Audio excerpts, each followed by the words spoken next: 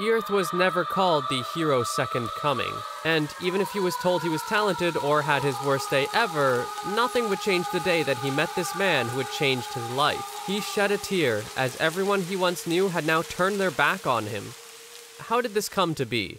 Earth was sent tumbling to the ground as a girl towered over him. He and the girl apparently had been sparring with each other, and she had won as someone called the match, while people cheered around them. That girl was known as Princess Fiancée, the daughter of Solja, one of the 7 heroes. She was a very talented swordsman who had remained undefeated.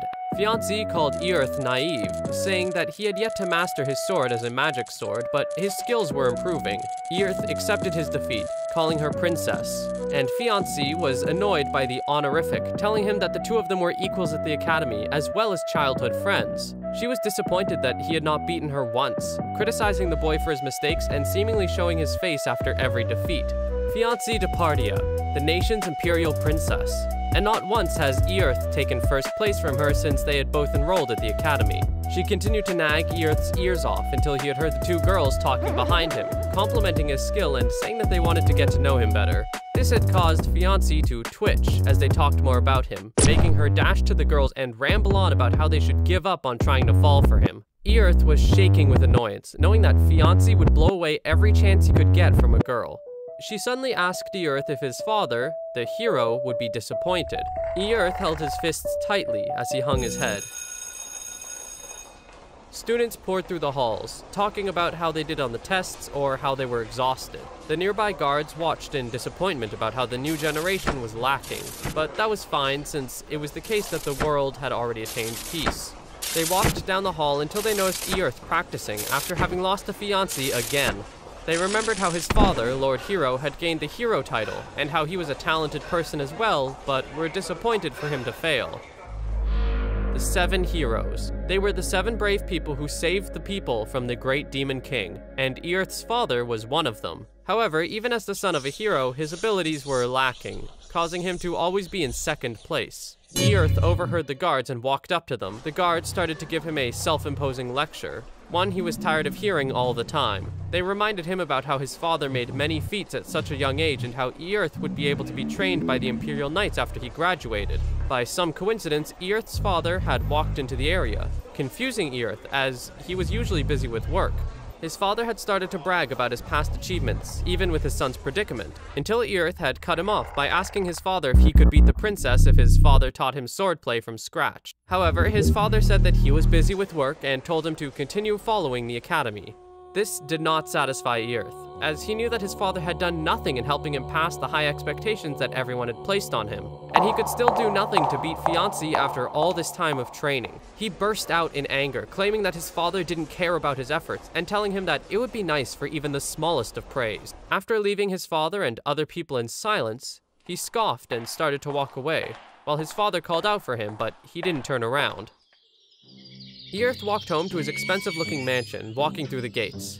He walked around the corner and noticed the maid watering the plant. She greeted him with a mischievous smile, telling him to return to class, calling him something uncalled for. This lady was Earth's family's personal maid, Sadith, who was taken in as an orphan and was more like a distant sister than a maid to him. Despite that, he wanted her to be his wife someday.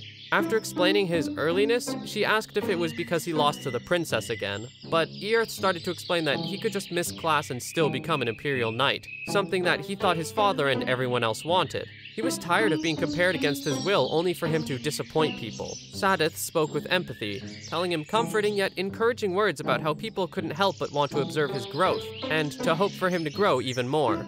Earth blushed, knowing that Sadith always supported him when he was down, despite her usual personality. She suddenly said that if he did his best, she would give him a special reward, which caused him to jump in surprise. However, she continued her words by saying that the reward was his favorite omelet when he was a kid. She noticed his reaction, making fun of him for seemingly thinking of something else. Sadith quickly changed the subject by telling him that it was time for the annual cleaning of the sealed room.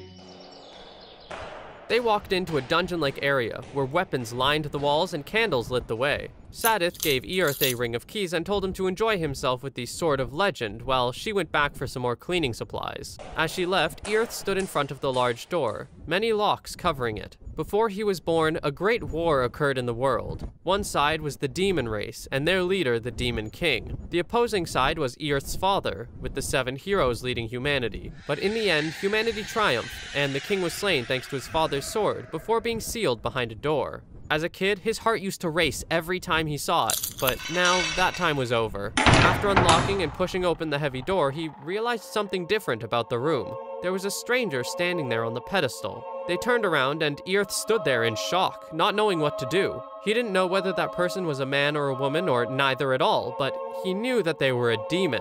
The horned person recognized the boy as Hero's offspring and asked if he could see them. Sadith walked into the room, asking what was happening until Earth warned Sadith about the strange person. But Sadith said she couldn't see anyone there. She dismissed his words and walked over to place down a mop before walking out again to go draw up some water. The strangers spoke again, confirming to themselves that Earth was the only person who could see them. Suddenly, Earth grabbed the mop and jumped back, using his magic to try and use the mop as a weapon. The stranger recognized it but said that Earth was far off compared to Hero, causing the boy to attempt an attack of rage. But the stranger swiftly dodged it. They said it was pointless, as they were but a spirit, and would tell Earth their name since he was the first in a long time. Their demon was known as Trainar, the same great demon king defeated by his father. This was a person that nobody in the world could not know the name of, a name only spoken about in textbooks. There was no way Earth could have met such a person. What a strange dream, he thought, as he seemed to have woken up in his bed, with Sadith worriedly standing over him. She hugged him with relief when he asked her why he was suddenly in his room. Sadith explained that she had apparently found him unconscious on the floor in front of the pedestal, but was glad that he was okay now. He glanced up and realized that the meeting wasn't a dream at all. Trainar was floating over him casually. Sadith still didn't know what Earth was talking about, which caused Earth to dismiss it. She quickly left to go make dinner, leaving Earth with the smug demon. He believed that Trainar wasn't lying about his identity, asking the man why he was in the armory. Trainar explained that when he was defeated by the hero, his spirit had been trapped in that sword for more than a decade, and Hero stored the sword without that knowledge. Earth wondered if he was being haunted by the ghost of the great demon king, but Trainar explained that because of his spiritual body, he couldn't interact with the world, and seemed to be unable to separate himself from Earth. Without hesitation, he ordered Earth to take him to the outside world after having been imprisoned. Earth immediately refused, causing the demon to smirk, and claim that Earth was going to now obey and bow to him. The boy immediately reminded the demon that he already said that he couldn't interact with the world, causing him to suddenly start pouting. Earth also said that he couldn't go out that night anyway. After enough time of annoying the boy, Earth had given in and told Trainar that he would take him on a walk through the city. Earth put on his clothes and left the room, Sadith noticing and asking where he was going. He said that he was going to town for a bit, but Sadith wasn't satisfied with that answer, suddenly throwing cutlery at the boy and pinning him to a wall, asking him if he wished to die. Trainar was impressed, wondering if this woman really was just a maid. Sadith said that she wanted to pamper him that day, but after seeing him skip class and seemingly healthy enough to go to town, she felt as though a punishment was needed. After Earth had an exhausting night, Sadith let him go and he was finally off back to school. But Trainar was there as well. He floated around, observing the different human contraptions in amazement. Earth asked Trainar what he thought of the town so far, and what he said next surprised him. Trainar had noticed that society had seemingly forgotten about the crisis from before, the state of the people wanting to make him cover his eyes. He said that if he were alive, he would destroy everything in the area. These simple words made Earth shudder, but it quickly went away as the demon dismissed his thoughts, since they supposedly didn't matter. Trainar claimed that he lost and that there was nothing he could do now. Earth was amazed at this scene, thinking it was strange that the demon he saw in front of him was vastly different than the bloodthirsty king he saw in his textbooks. The man before him had much broader views while he looked over this city, watching almost like he was lonely. Though he did have one regret, back when he was fighting with Hero and his party. Hero had put the power of every human in the world into the sword as one attack, bringing down Trainar with so much power, definitely killing him. He was angry that he was overpowered so easily when he was one against so many. Earth tried to ask him about his allies, but Trainar immediately dismissed it, causing the boy to think that he struck a nerve as they continued walking through the town. The demon glanced over to an advertisement about a series that he had apparently recognized and demanded that Earth would buy it, or else he would mumble in his ear all day long. Earth begrudgingly went to the store to get the book, still talking to him out loud before Trainar let him know that he didn't need to do that. Once Earth had arrived at class, Trainar asked who one of the people in the class was. He told Traynor about Fiancé, daughter of the spear-wielding hero. Traynor was impressed by her ability to understand the curriculum, but also by her incredible magical aura surrounding her. Earth had felt disappointed by Traynor telling how amazing she was until his thoughts were cut off by the teacher bashing a book on his head to get his attention, and telling him to stop staring at Fiancé. Everyone around them started to make fun of him about that, while Fiancé started to blush wildly. As punishment, the teacher wanted Earth to name the magic eyes of the world, and the ones that Traynor possessed. Earth didn't feel confident in being able to name them, but Traynor had told him the truth. After Earth told the teacher what Traynor told him, the teacher was angry and told Earth that he was to stay after school, while the boy accused Traynor of lying to him, to which the demon said that the teacher was just inaccurate. The last words of the teacher before the bell rung was a reminder of how Earth was meant to be a top performer and better not screw around in his match. As Earth left the class, Traynor asked what match the teacher was talking about. A graduation match, where the top performers fight in a tournament to display their skills and abilities to the king and nobles. Earth was participating due to his grades, to which Traynor asked if he prepared at all, but Earth said that he was only preparing himself for embarrassment. Traynor knew what was happening, telling Earth that he knew that he felt as though he couldn't win against Fiancé, or was just an embarrassment compared to his father. He knew Earth wanted to get back at the world, as he seemed to have resigned himself, being no different from the genius stuck in the well after giving up when his weakness was realized. Earth had enough, telling the demon not to mess with him, but Traynor shot back by saying that he couldn't surpass his fool of a father, who only succeeded by miracles. The boy was taken aback, reminding Traynor that he was the one that lost to the very man and then cried about it. Earth wouldn't hear anything that came out of the mouth of the demon, but Traynor didn't like how Earth was speaking to him. His entire aura about him changed, and the boy started to stutter as anger laced Traynor's eyes. The demon grabbed Earth's face and yelled at him that the boy would serve as proof of how powerful Traynor truly was. He wanted to use the boy and teach him the power that he, the great demon king, held, and show everyone and the world his supreme power once more.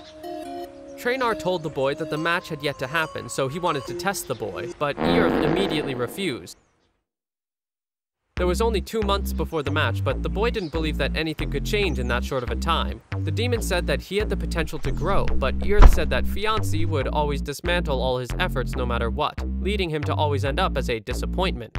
Traynor asked what it was Earth's goals were, to which he responded that it was to become an Imperial Knight for now. But the demon asked if he really decided that for himself. Earth was stunned by this question, remembering that everyone else wanted him to just follow the same path as his father.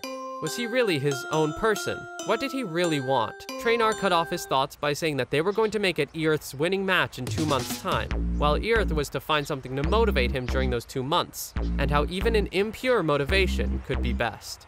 When they finally went home, Earth set a ladder on the grass and asked Traynor what they were doing. He explained that it was ladder training, which would increase stamina and agility, called the magical step. Suddenly, the demon started dashing forward between each step, while screaming out loudly and dramatically landing, confusing Earth. The boy thought that the demon looked like a beetle while making an example, offending the man.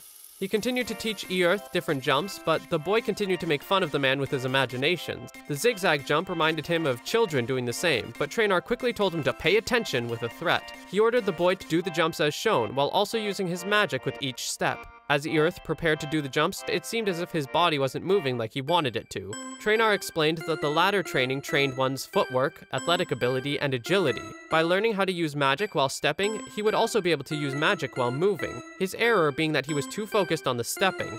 It was common for someone's body to not be able to keep up with their mind, and if he conquered that, he could sync them up. Earth felt the determination flow through him and continued the training. By the end of the day, he felt completely exhausted, but he knew that things needed to change as he realized he was in worse shape than he thought. Traynor said that after the ladder training would be physical techniques, but Earth asked him when they would work on swordsmanship. However, Traynor said that was something they would never work on, as Earth had no talent for it in the demon's eyes ever since they met. His father's skills utilized intense magical power from an extraordinary ability, but Earth didn't possess such ability. Those words made the boy shatter, feeling as though everything in his life was all for nothing, until Traynor told him that he possessed something his father did not, flexibility. This was something that was similar to another one of the 7 heroes, Earth's mother, the priestess Mamu. Traynor explained that if he grew by focusing on his individual talents, he could even be able to defeat his own father. The boy started to laugh. but it was something that he wasn't against. He quickly got up and asked the demon to guide him down his path. Suddenly, Sadith appeared and asked him who he was talking to. She noticed the ladder and recognized as something he would be using for training, but quickly remembered what she was here for and gave the boy a menu of food for next month. Traynor told the boy that she made the menu with critical detail, meaning that she cared a lot about his health. Earth was touched by that, knowing that Sadith had always been there for him when his parents never were, and he felt more than just sisterly feelings for her. The demon encouraged the boy to confess his feelings, and he did. He got her attention and told her that in 2 months, he would win his match, stunning her. He stumbled over his next words, wondering what would be right to say for what would happen after he won, before completely throwing all the emotion away by saying that he wanted her to let him touch her chest. The boy quickly realized his mistake and tried to apologize for it, but Sadith was already not pleased. However, she agreed. It was something she wouldn't be too happy with, but wanted the boy to win, and agreed to his repulsive request, confusing him greatly before she left. Now he was fired up, feeling as though he could win anything. What he didn't know was that soon in the future, he would become the worst and lose Sadith. But right now, Traynor told the boy that they were done with warming up. Now it was time for the boy to fight Traynor directly. There were 2 known standard techniques in the world used for physical training. Shadows, a technique where a person would imagine their potential enemy in front of them and avoid their potential attacks, and sparring, a technique where it was basically a mock battle between 2 real individuals. However, because Traynor was an apparition, Traynor would be combining the 2 and would name it Phantom Sparring. And now, Earth would be dueling the demon in a mock battle, something that he thought would be interesting. Up until now, he had only had mock battles at school against people who were either too weak or were the princess herself. It was difficult to accurately gauge ability within the school, causing Earth to have no real practical experience. But now, it would be fun for the boy to fight with the real Demon King. Traynor landed on the grass and said that he wouldn't fly too much during the fight, and told the boy that he didn't mind if he used magic. Earth was confused as he didn't know if Traynor could hit him directly since he was just an apparition. The demon chuckled before smiling widely, telling the boy about something he can do with his power. Dashing forward, the demon stabbed Earth in the neck, or so he thought. He fell to the floor in shock and held his throat shaking. Traynor was amused at the sight, while the boy realized that he only imagined himself dying, and even if he didn't feel any pain, the feeling couldn't leave his mind. Traynor started to mock Earth, asking if this was all the son of the hero could handle. Those words enraged him, and the boy had charged forward impatiently and tried to attack Traynor. He wasn't impressed, but Earth had something up his sleeve, trying to get Traynor to focus on his fist while he kicked him. But suddenly, Traynor's fingers were pointed at Earth's eyes, and the boy was stopped in his tracks, feeling as though his next step would mean death. He jumped back and held out his hand, using a thunder magical attack before quickly stomping the ground and causing an earthquake with magic. Suddenly, Traynor had disappeared, but the demon had floated above him and landed behind him, saying that he thought the boy was attacking intelligently before he used just another straightforward attack. Earth magic was superior to thunder, and the demon was impressed at Earth's use of it. However, he also wanted to use this as a lesson and came at Earth, wanting to show the magnitude of power that he possessed. Elsewhere, Fiancé had awoken. She had a lot on her mind, especially after what happened that day with Earth. She had a nostalgic dream when she was younger with the little heroes who took her away to her dreams. A knock cut her out of her thoughts as a maid walked into the room, saying that there was a letter there for her. Once she had noticed the emblem on it, she gasped. Coming back to our protagonist, Earth laid exhausted on the grass as Traynor said that they were going to spar like that daily alongside the ladder training. Earth was disappointed that he couldn't land a single hit on the man when the demon only used regular physical techniques that humans do. He was killed in his imagination so many times, causing the boy to decrease in confidence with each loss. In the past, he was proud of himself and thought that he could pass through life by beating the others even if he could never beat the princess. Traynor asked the boy if he was despairing, to which Earth disagreed, saying that he just never realized how truly weak he was until that day. Suddenly, a thought popped into his head, and he asked the demon how his father managed to beat him. Traynor scoffed at Earth's lack of knowledge, while the boy tried to give the excuse that his father was busy, and whenever they would talk, it would turn into lecturing about his past. The demon asked if the boy ever truly listened to those stories and sighed, explaining that the road to becoming the hero that defeated the great Demon King wasn't an easy one, and should be a story that Earth should learn. To Earth, his father was always just the source of his complex, but Traynor wanted the boy to have a new perspective on his father's wisdom, as it may actually make a change. Hearing this made Earth wonder what anguish from the past the adults had went through. Earth told Traynor that he wanted to know about his own past, if he ever felt like it. How humanity managed to beat this great demon king. The next day, Earth was making his way to school and walking through town, his legs still feeling heavy from yesterday. Traynor was disappointed that they couldn't get to work on forbidden spells that day, and Earth sighed, now knowing that there was more to the training in the future. Someone called out to him, and the boy realized that Fiancé was standing next to a stall. He greeted her, quickly correcting himself to call her by her name, and said that it was unusual to see her at town, as she usually went by carriage, especially with escorts, since that didn't seem to be the case. The girl held a cup in her hand, and the boy asked what it was, to which she was about to explain until she realized that it was empty. She tried to make an excuse, claiming that she was told of delicious juice from the stall and that the cup was empty because she had just finished drinking and not because she had been waiting there all morning. Quickly changing the subject, she walked over to his side and said that since they ran into each other, they might as well go to school together. But Traynor knew exactly what was happening. During their walk, Fiancé asked Earth what his plans were after graduation, to which the boy said it was nothing special. She continued and reminded Earth that the matches were not going to be just simple mock battles, as important people from surrounding countries would be there, also including the fact that she would soon be announced as the next queen. She asked if he was aware of how she felt, and Earth confirmed. He knew that, as princess, she was expected to one day rule the country, and what they have aimed for has been different ever since they were kids. His current motivation was definitely different than hers. She started to blush, asking the boy if he was truly staring at her during class, to which he shrugged and confirmed without a thought on why she was asking. Suddenly, she announced that she was going to win their graduation match and announce it to the citizens. Earth was surprised and hung his head, knowing that he normally would have told the girl to do her best, if he was still the old him. He apologized and told Fiancé that he was actually going to be the one who would win, the last day's training helping him realize his true potential. He wanted to show his cool side off to Sadith and everyone and know about his father's past. To do that, he needed to win, telling Fiancé that there was something that he couldn't give up. She asked him if that was his confession to her, causing the boy to blush in confusion. He didn't want her to find out about his deal with Sadith and immediately agreed to her question. Fiancé had blushed more and told the boy to let the both of them fight wholeheartedly in their match. The two of them smiled at each other while Traynor watched, knowing that the both of them were not thinking of the same thing.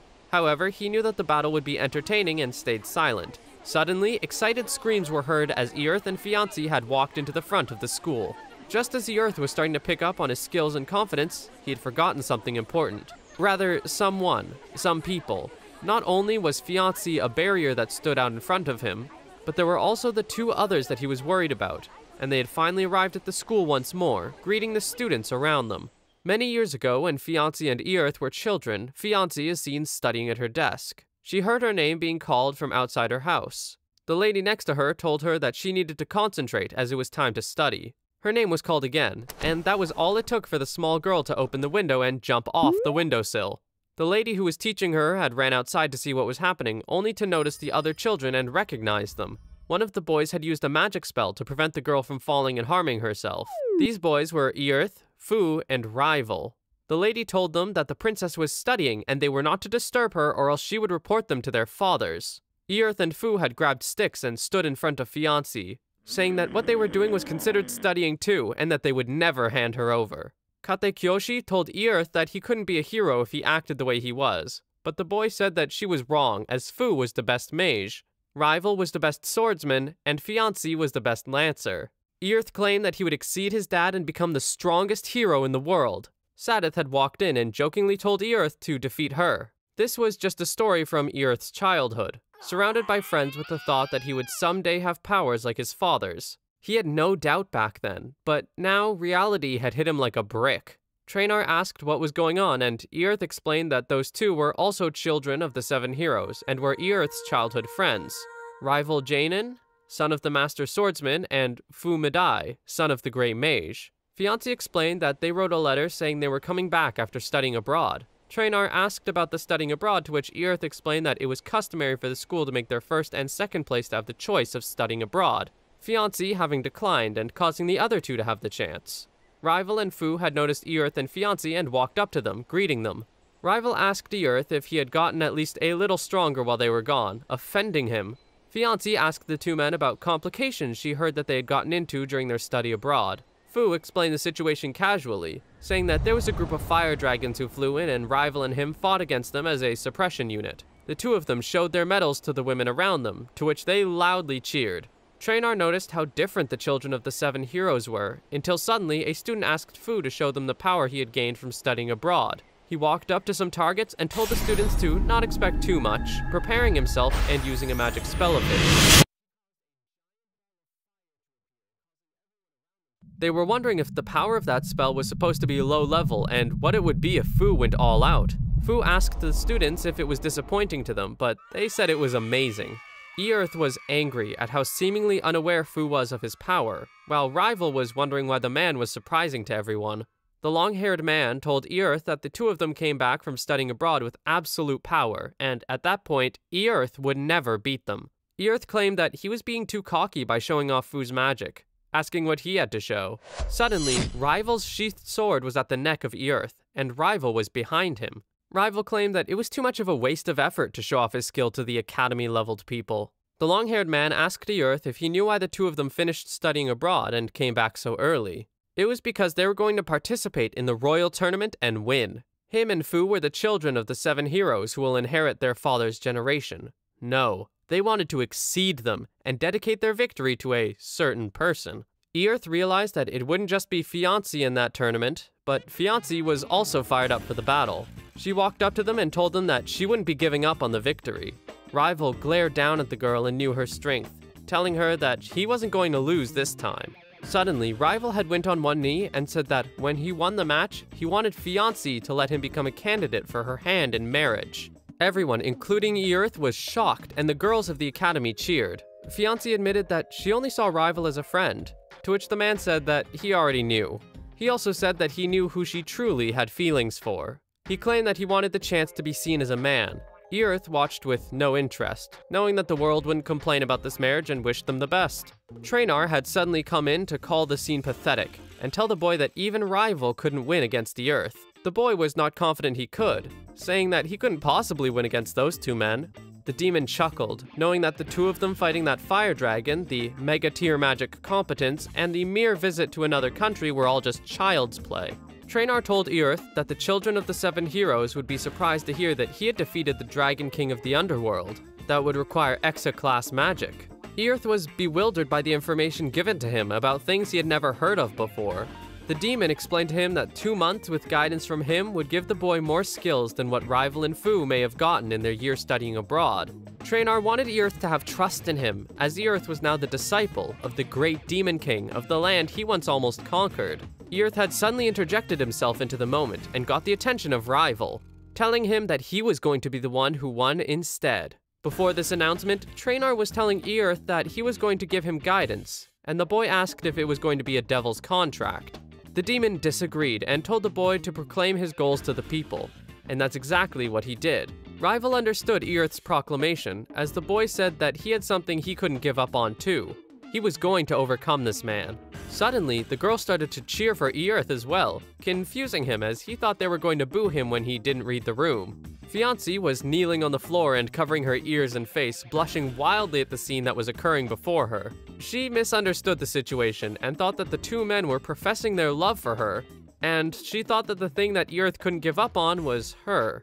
Fu didn't know who to support, as they were both childhood friends of his, and stayed neutral on the matter. E-Earth stood confused, looking around at the situation he had caused as Rival glared at the boy with annoyance and anger lacing his eyes. Everyone had gotten past the situation and went to class. This class was math. Traynor watched the teacher and scoffed, calling it low level for a class that's supposed to be raising the Empire's most elite.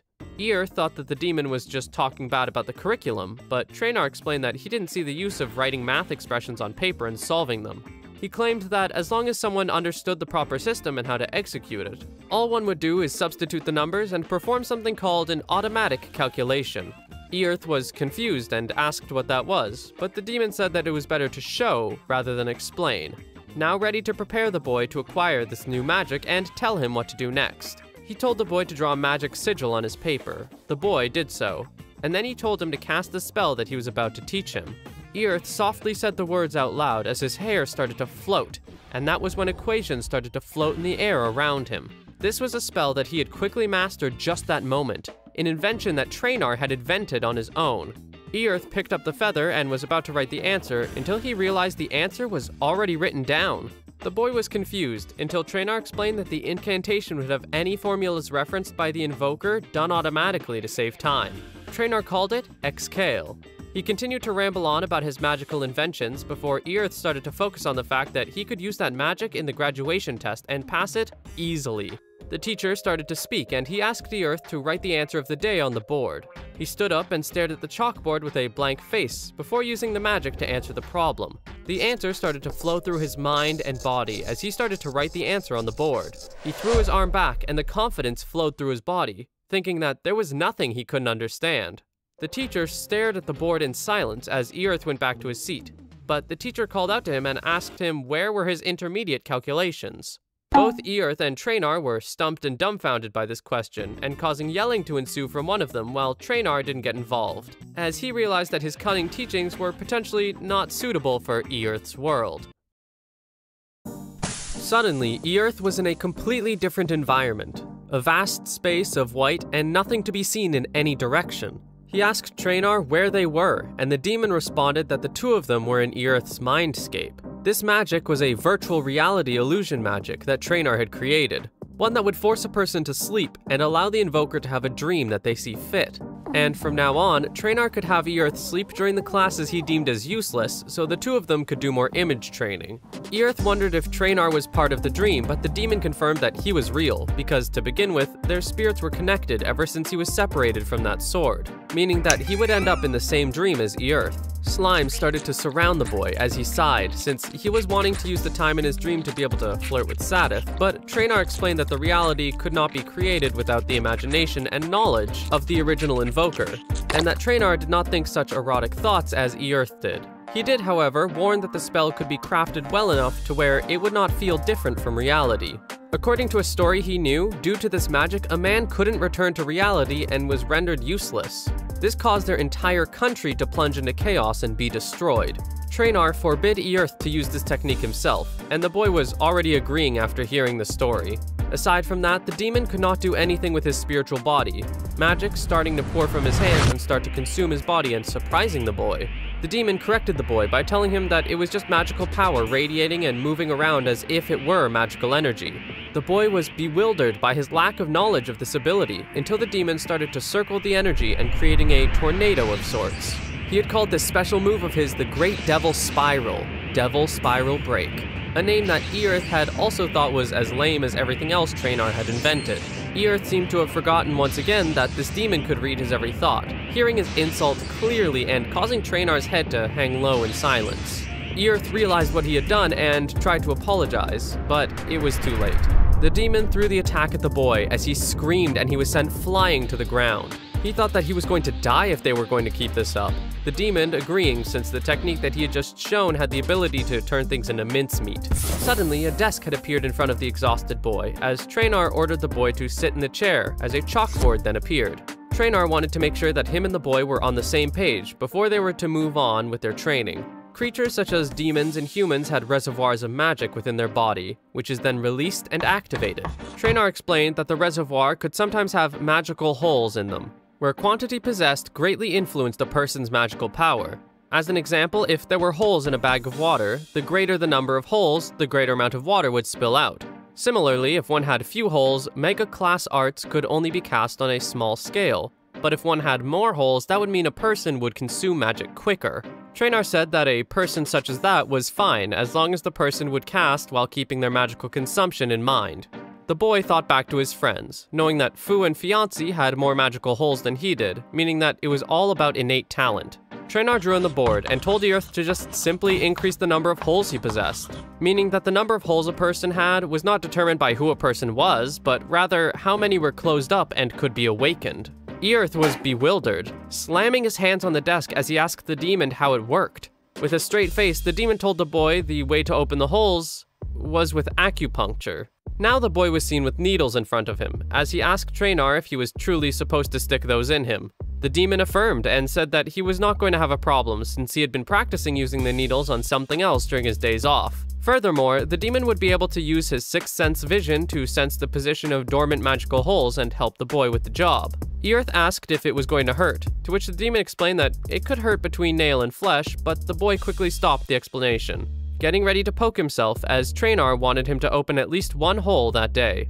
Earth hesitated as he knew he was up against a monster who could use insane levels of magic, slowly bringing the needle to his wrist. He breathed slowly as he tried not to shake while aiming the needle at a specific part of his wrist, and he found the spot he was supposed to stab, immediately going for it. However, what he felt wasn't expected.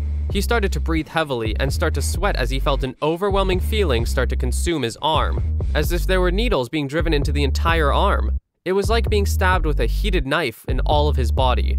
Traynor told him that he wouldn't say that what Earth was feeling was painful, nor that the path of gaining magical powers would be easy. The boy had tears fall from his eyes as Sadith walked into the room to see what was happening. After that, Earth had slowly woken up in his bedroom, the demon floating over him. The boy asked him what had happened, only for Traynor to explain that the boy couldn't bear the pain of opening a magical hole and fainted, which was when Sadith had found him unconscious on the floor. Earth looked over to see Sadith sitting in a chair next to him, sleeping softly while he remembered how much the girl had been taking care of him this entire time. He was thinking about how much he must have worried her until he got distracted by the sounds she was making while she was asleep. He quickly turned himself away from her with a red face, not wanting to do something immoral when she had taken care of him. However, he couldn't control himself when wanting to take a peek under her dress. That was when Sadith had suddenly spoke, knowing exactly what was going on as she had caught the boy in his act. Earth had jumped to sit up, now realizing that she had been up this entire time, as she teased the boy for trying to look up her dress when she worked so hard to take care of him this entire time. That was until she sat on the bed and got up and close to the boy's face, cupping his face into her hands, knowing exactly what he wanted to do and see. That moment, however, was broken when Earth's parents had barged into the room in order to see if he was okay, and that she was ready to use restoration magic on the boy, until she noticed what was happening between Earth and Sadith, confused at the sight. Sadith chuckled and called Earth shameful as the boy started to scream as his father criticized him, asking him what he was making Sadith do while they were away. Earth's mother shook Sadith dramatically with worry in her eyes, asking her if the scene was a lie, and told the girl how she could find a person more suitable than Earth for the girl. Sadith claimed that she was just teasing the boy, making Earth dumbfounded by the words as he felt that the entire thing was just a lie. Meanwhile, Traynor was observing the situation and the two people who walked in. Earth's father, Hero, and his mother, the 7 Heroes War maiden, Mamu. The demon claimed that her appearance hadn't changed since he last saw her, but Earth thought that she looked her age. Suddenly, she slapped Earth, as she claimed that she knew he had thought about something rude about her just that moment. The boy asked his parents if the two of them were supposed to be at work, but his mother explained that they had both come back in a hurry when they heard that their son was out and couldn't get up. Hero said that he was starting to get hungry after the situation, which caused Sadith to ask if she could go prepare dinner for the family. Mamu jumped up at the thought and ran out the door with Sadith, wanting to help her with the preparations as it had been years since she had cooked together with her. Now, Hero and Earth were left alone together. They stood there at each other's side in complete silence, not knowing what to say to each other. And Earth knew how awkward it felt to be next to his father with no words being said. He didn't know how he could possibly have a decent conversation after his parents had witnessed that scene. Traynor reminded the boy about the fact that there was something he wanted to know about his father. Earth remembered and caught his dad's attention, finally breaking the silence. He looked away from him, but asked Hero why he had become an Imperial Knight. The father was surprised, wondering why Earth was asking about it so suddenly, to which Earth explained that it had just occurred to him as he felt it was time for him to decide on a course. Hero stared up at the ceiling and thought, as he explained that he originally wanted to protect his friends and family, but that was until his mother and hometown were almost destroyed by monsters. The livestock and fields were devastated, while his neighbors and their families were almost eaten alive, his family as well. If a certain person in Hero's life hadn't been there, he thought he would have died. That person had easily defeated the swarm of monsters and left without a word, looking cool in Hero's eyes while they walked away. And that person was the reason why Hero wanted to become an ally of justice. Hero thought that the reason may have been too simple or just a childish dream of his, but the conversation was cut off by Sadith and Mamu creeping into the room. Earth started to have some respect for his father.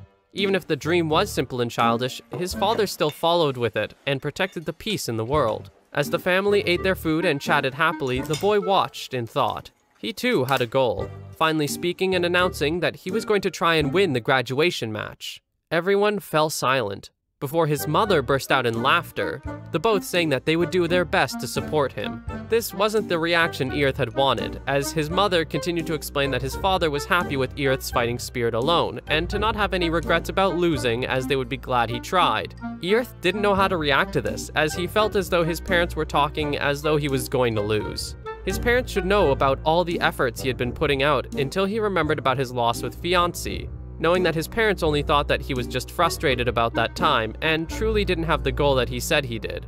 Earth didn't feel like eating anymore, which Sadith noticed, and then he got up and told the table he wasn't feeling well, thanked them for the food, and quickly left. The boy walked down the darkening hallway as Traynor stared back, asking Earth if he was okay. That was when the boy suddenly asked the demon to make him stronger, no matter what he had to do. No matter what training they had to go through, he wanted to prove to everyone that he could win. Traynor felt the boy's feelings, but reminded him that today and tomorrow were holidays, confusing him until the demon explained that excessive training would just be counterproductive, as the burden of opening a magical hole was heavy. Tomorrow was also the day that a certain thing would arrive at the bookstore, the boy remembering the book Traynor begged him to buy. The demon would spend the next day reading the book while Earth would rest, as they waited for the next day the both of them would train. Only 50 days until the graduation match. When Sadith lost her family, that day was the worst day of her life, as she didn't know what emotion to feel after Mamu had saved her. Even so, she was glad to have met Earth. She was beginning to be a maid for them until Earth's parents told her that she should try holding him too. As she grabbed his hand, Sadith felt as though her life had changed. Earth and Traynor arrived at the bookstore, and the demon was extremely excited for the fact that he was going to read a sequel of a book series that he was interested in. In fact, this novel was not just the only book that Earth had bought for the demon. Ever since he had met the demon, Earth had bought many sequels of series that came out after his death, but he never thought he would have to rent a cart to carry them all. Traynor, with childish excitement in his eyes, told the boy that they shall read the books immediately in the park nearby. They sat down at the park bench as Earth started to take out the books from the cart. Traynor was fully prepared to read each and every one of those books all the way through, causing Earth to ask the demon if he was sure that he opposed the culture of the race that killed him. Traynor disagreed, saying that culture had nothing to do with race, and that there was just a gap in human development and that accepting influential tech was the key to growth. The demon ordered the boy to turn the pages for him and tell him what he thought of each book. Seconds passed as Earth read the first page of the book, and Traynor sat boredly behind the boy, looking over his shoulder and immediately asking him in annoyance about how long it took for him to read a page. Earth was shocked at how fast the demon read the page, as it had only been 30 seconds since he started reading. Traynor booed him, saying that he had already read that page 5 times over in that time. The boy asked the demon if he wanted him to turn the pages at his pace, as he didn't have to read the book, but Traynor said that the boy had the job of discussing the book's contents with him after reading it. Earth felt as though it was too much work, but the demon said that he would teach the boy speed reading, just so Earth could read as fast as the demon could, telling the boy that he needed something called visual acuity. Earth was confused as to what that was, until Traynor explained that visual acuity was split into dynamic visual acuity and peripheral vision. Dynamic visual acuity was the power to follow moving objects with one's eye, and what determined it was the muscle strength that powered the eye, the speed at which the eye moved. The boy asked if it was all about reading and what the point was of mastering such limited abilities. Traynor repeated what the ability was, and said that it could be applied in allowing a person to avoid countless attacks, meaning it was useful in battle. He then ordered the boy to gaze on the couple that was across the park from them, so that they could practice peripheral vision. Once Traynor brought his attention back on him, he then started asking many questions about what was happening around the couple. However, Earth couldn't answer a single one of them, which Traynor had expected. He explained that peripheral vision was the ability to capture everything that was happening outside of what the boy could directly see. If he focused too much on one spot, his vision would narrow, and the rest of his vision would be neglected and tuned out. If he were to gaze upon his opponent, preliminary movements could be followed and an initiative could be taken, which would mean that Earth could train his eyesight and be able to acquire skills he had not had before. Traynor called the skill Canon Nikon. That was when Earth finally remembered. Even if the training from Traynor had looked ridiculous at first glance, when combined with the latter training, there was solid evidence that it was all working, and what the demon said made perfect sense. Earth apologized for making fun of him, asking the man what he was supposed to do next. The demon huffed with pride, and said that today's goal was to finish the entire novel that he was holding by the end of the day, shocking Earth greatly. He claimed that it was impossible, but the demon didn't accept replies other than, "Yes, sir." Sadith didn't feel as though she could trust everything that she had in her life. Back then, when she still had her family, she used to hide from her mother as if it were a game. Her mom would walk around the town calling out to her daughter and wondering where that mischievous child would be, until she would finally find her and start chasing the girl with worry and annoyance. While Sadith couldn't remember much, she did remember that she used to live in a peaceful city with her mother and father, and that her younger self would think that she was happy as a young girl. Little did her younger self know what was even happening in the city behind the scenes. Why would such things have to happen? In the Shisonotami underground facility, blood spilled on the brick walls. Traynor would be seen reading the papers that a scientist had. Now, finally able to know the ancient magic that rested within the city and forbidden arts that could destroy even continents. The demon called humans overzealous and threw the paper into the air, saying that humans didn't know how dangerous these arts were. The scientist told the Demon King to shut up, as those arts were the humans' last hope in defeating the demon. A person roughly grabbed the hair of the man and claimed that he was lying. That the truth was that he was going to use those arts on the demon army by selling it to the Empire, and use it as a weapon of aggression. The cloaked person had continued by letting Traynor look at recordings of secret meetings, but the Demon King said that he didn't have any use for those arts. Normally, he would take them in as provisions for his army, but the arts that the scientist held were way too powerful and needed to be eradicated, along with the man who had read them. Traynor held out his hand and acquired the magic in his hand, summoning the familial devil spiral spell and destroying a good portion of the city as he tried to make a warning to the humans. Sadith was still being chased by her mother until the spell happened, causing her to turn around to witness the horror. Sadith snapped back into reality, breathing heavily after reliving her trauma in those few minutes. She held her broom in her hands tightly as she tried to calm herself down. Even though it had been so many years, just a little absent-mindedness made the girl remember that cursed day. She felt as though she was going to throw up, putting down the broom and struggling to walk to another part of the house. She opened a door to something that had been kept secret to the rest of the family. This room had contained framed photos of Earth, all lining the walls of the boy at every year of his life. She started to laugh with pleasure, thinking to herself about how Earth's figure was enough to stain a roughened heart. Sadith was now a maid for the Ragan family. Her hometown was destroyed by the Demon King's army, and Mamu had saved her when she was about to be killed. She was originally going to be institutionalized, but Mamu had said that she would take care of the girl and raise her. Sadith felt as though Mamu was like a sister to her that she loved, being a little sad when Mamu had gotten married to Hiro. But even after Hiro had accepted the girl as an adopted child, there was a point a while later in her life when it had all changed. Hiro and Mamu had a child, and gave Sadith the chance to hold the baby as well. This baby was Earth, her cute brother not related by blood.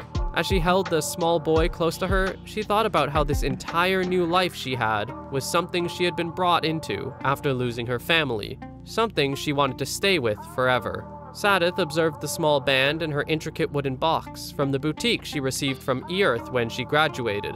The small boy gave her the flowers with a blush on his face, asking the girl if she was going to leave the family after she graduated. When Sadith saw that troubled look on his face, she saw it as precious. She wanted to tease the boy even though she knew it was wrong, wanting to bother him enough to where she could see his supposed cute side. However, she remembered about how Earth was always around Fiancé ever since they were children. As she closed the box, she knew that Earth was the opponent of Princess Fiancé and how everyone around them was aware of it. If it all went well, the children of the 7 heroes would all marry each other, something Sadith didn't want to happen. It would make her feel the same as when Mamu got married to Hiro, Sadith having to see Earth off like the rest of society. As she watered the flowers in the front garden of the house, she thought about how Earth always pushed against the norms of society. She wanted the boy to give her that look one more time. She sighed, knowing that she could never tell the boy that. Coincidentally, Earth had walked home through the gates and greeted her as she greeted him back, making conversation about talking about the books he bought. She noticed the twitch in his baggy eyes, and she started to worry that something may have happened while he went shopping that day. Suddenly, a giant gust of wind had flew through the area and caused a scarf on the table to start to fly away. Sadith's maid dress had also flown as well, and the girl knew that the sight would be scandalous for Earth as he dashed forward, surprising her. He had come up and close to her, with just enough reach to grab the flying scarf before it went too far, and Sadith's face started to blush as she was shocked at Earth's actions. He casually gave it back to her and she thanked him before the boy started to walk away, saying that he was going to read a book till dinner and asking her to let him know when dinner was ready. Sadith watched with bewilderment, confused about why the boy wasn't acting like he was not too long before. Now he took off for the scarf like a gentleman instead of gazing at her undergarments. She thought that, without her realizing, something was changing inside Earth. However, that was only partly the truth. The boy had used his peripheral vision to look up her skirt while he seemingly focused on only the scarf. Earth huffed with confidence about the usefulness of the ability, while Traynor said that the power wasn't to be used that way. But the demon was impressed by the boy's ability to learn it so easily.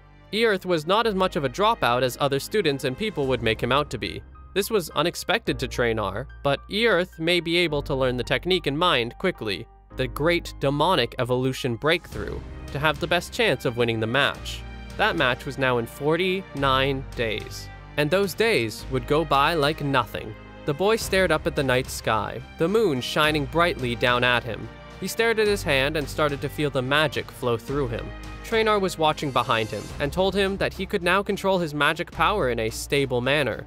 All the energy easily flew through his teenage body, knowing that it was all finally worth the times he puked from opening those magical holes after poking himself with the needles.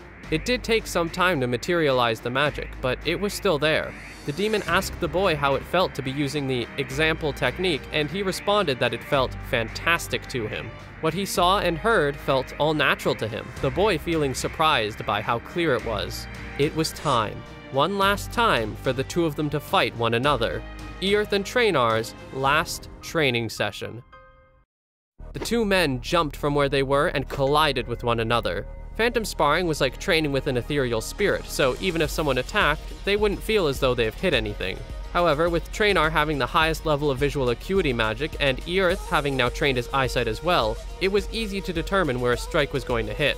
If Earth was still how he was 2 months ago, he would have been beaten up to a pulp by now. But he wasn't afraid anymore by the sight of death. This was it. He saw a gap in Traynor's defense. He charged forward, ready to send his fist flying toward the demon's face. But his confidence was short-lived as Traynor had given the boy an uppercut punch and sent him flying toward the ground. As he sat on the grass, he stared up at the sky in a shocking disappointment. He still couldn't hit him. He was once again forced to watch a vision of himself get killed, starting to believe that it may be impossible to ever hit this man. Traynor called the boy's feats impressive to catch him off guard with the attack, even if it didn't put a dent in him. Earth asked for one more battle, causing the demon to laugh at his enthusiasm. The next day came, and Earth woke up, suddenly asking the demon why he wanted to destroy humanity. This wasn't the first time that Earth had asked him that question, and Traynor wondered if something was the matter for him to say that all of a sudden. But the boy had just been wondering the whole time, especially since he felt as though it was about time that he told him. Traynor looked away with a sad look, believing that his reasoning was not something humans would understand. Hundreds, no, thousands of years ago, a time that Traynor had almost forgotten due to how long ago it was. Deep within the earth, where not even the sun shone, a chaotic world where only violence reigned the land, the home of Traynor. He had an epiphany when he was young and embraced a dream of his, wanting to leave the demon realm and expand his world. A world with vast oceans, forests, warm sun, varying cultures and technologies. These were all things that Traynor had wanted to see. However, that dream would not come easily. Every other demon and monster wanted to go out too, but that was not something that the humans wanted. Anytime the monsters tried to get outside, the humans would try and kill them. The divide between races ran deep, and people's thoughts were twisted into distortion. Hundreds to thousands of years went by, and Traynor's purpose changed as well. No longer the person he once had been. Before he realized it, he found himself as the feared Demon King. But that was just a story of the past. The demon sighed as he wondered what had become of the demon realm after his death. Earth asked Traynor if humans also did cruel things to the rest of the demons, to which Traynor confirmed. When war broke out, there would be raids and retaliation, where humans would do immoral actions, and the demons, including Traynor, would do things as well. As the boy listened, he remembered how he heard about the Demon King's cruelty, but Traynor had been subjected to it as well. Earth admitted that he wanted to someday try to go to the demon realm, and these words surprised Traynor. The boy smiled, and said that he wanted to return the favor for having been his disciple, and that he wanted to see a lot of countries as well. Traynor asked if that was something he was sure of, to which the boy affirmed, saying that he would do it once he became an Imperial Knight, just like his father. Earth explained that he realized that he didn't need to follow the same path as his father, and that Traynor's wish to experience the world sounded like a lot of fun. The boy started to also have that desire. He didn't want to end up staying in his home country forever. He wanted to make it in the world and get stronger every day. He wanted to become a man who could go anywhere. And just like that, the day came. Carriages lined the streets as people started to fill the large coliseum, excited for the match that was about to begin. Traynor was surprised about how the crowd was larger than he expected, since the match was just children fighting one another. Earth explained that this specific year, the children of the 7 heroes were a part of it. Every year, all kinds of influential people would come to watch the games, which was why Traynor thought it was the perfect situation for Earth. The boy wrapped his hands in bandages and got up, ready for it all. An announcer walked into the center of the ring and got everyone's attention, explaining how that day marked the start of the Imperial Knights Academy graduation commencement tournament, thanking the crowd all for joining. Earth, Fu, Rival, and Fiancé were all ready as they lined up with the other participating graduates. Many students in the crowd were all cheering for everyone but Earth, and Earth's parents stood proudly as they watched the battle about to commence. Sadith was also in the crowd and called out for Earth. The announcer explained to the children that each match would be played in a tournament format. He walked around each of them in order, with a box for the participants to randomly choose a ball from the lottery box and assign everyone to their own opponent. The first person who would choose from the box would be Rival. As his name was uttered, all the girls in the crowd started to cheer even louder as they complimented him for his skill as one of the best, thinking that he would already be the winner. Earth scoffed as they hadn't even gotten past the drawing yet. Rival picked a ball from the box, and he was now going to be a player in the first round, causing even more of an uproar in the crowd. Next in the line to choose was Earth. People around him started to whisper, even people in the crowd. They had recognized him as Hero's kid, and called him the rumored second-generation failure, and how they would wait and see if he turned out as a dark horse in the tournament. Earth didn't respond nor react at all to their mocks, as Traynor asked the boy if he was conspiring a plan. He was confused before the demon dismissed it and said that this entire thing would be interesting.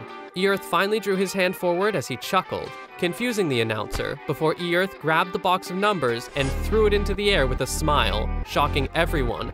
As the balls fell around him, Earth had activated his visual acuity and Canon Nikon in order to read each and every number on the balls, suddenly sending his arm forward to grab a specific one. That ball was also the same round number as Rival's, causing everyone in the participants and the crowd to fall silent. And that was when the crowd had an uproar, asking the boy what he thought he was doing and if he knew his place. They called him unrefined as his father facepalmed in frustration and disappointment, calling his son an idiot. People claimed that they couldn't believe that Earth was trying to ruin a historic game, Rival trying to cut in to give a word of his own. Earth asked the man why he would do something like that. Rival was confusedly angry, starting to think that Earth may have intentionally picked that draw. He reluctantly accepted that thought, and announced to Earth and the crowd a declaration of war from him, accepting his challenge. The rest of the participants were staring at the scene that was playing out, with shock in their eyes and wondering what the challenge from Earth meant, especially as it was a quarrel between the children of the 7 heroes. The announcer was trying to gather all the draws, yelling at the children about how what they were doing wasn't allowed, and for everyone to remain calm. However, someone had suddenly yelled and asked for silence, catching everyone's attention. This person was Emperor Solja, the man standing proudly at the top of where he was watching, his cape and hair flowing around him. Solja was Fiancé's father, and was a face that Traynor could feel nostalgia from. One of the 7 heroes, Solja, the Magic Spear Knight. The Emperor spoke, and said that what Earth had done was a violation of the rules, asking Rival if he was going to accept the challenge from the boy. He quickly had gotten onto one knee to bow to Solja as he affirmed to the man that he was going to accept the challenge and definitely win the Royal Championship, not being defeated by any of his opponents. Earth had a smug smile on his face as Solja claimed that there was no need for them to draw a lottery to decide the order, starting to hope that Earth would be matched against Rival. Mamu and Hero stood behind the Emperor and told him that he didn't have to do that and they would reprimand their idiot of a son if need be. Solja told them that it was going to be fine, asking them if it was impolite to dismiss the child's challenge. The Emperor felt the fighting spirit of the 2 boys and announced to the crowd that he was going to allow it, saying that this battle between Earth and Rival would not just be one between graduates, but a formal duel between warriors. The 2 boys stood across from each other, either confident or frustrated. The first round battle would be Rival Jainin against Earth Ragan, as expected of the son of a hero. Words that Earth despised. No matter how hard he would try, he would always be compared to his father and have his efforts be dismissed. Earth was always held to such high expectations despite what he would ask of people, and he could never afford to disappoint. But now, this was when things would change. In this match against Rival, he was going to show his new skill and win in front of everyone. His parents stared with worry and disbelief as the announcer told the audience that the first round of the Imperial Knight Academy graduation match was to begin, between Rival and Earth. Trainor asked the boy if he would use his usual technique, but Earth had another idea, wanting to test his powers first after all the training he had done. His agility, taijutsu, and visual acuity, all things he wanted to use and see how far Earth could go with just pure martial arts. The boy looked back at Sadith, hoping that she was going to watch him become the victor as a result of all of his training. The woman suddenly shouted out for Earth to wait, asking why he didn't have his sword. Both Earth and Trainor looked at each other, knowing that it probably wasn't a great look, considering how he was known to always use a sword. Fiancé stood up and started to reprimand him while everyone else in the audience started to talk with one another, starting to lose hope in the possibility of the boy winning. Earth's father yelled out for him to hurry back home and get his sword, but the boy said that his sword was his fist. And so the round began. Rival pulled out his own sword, feeling offended by Earth's behavior as he charged forward with anger.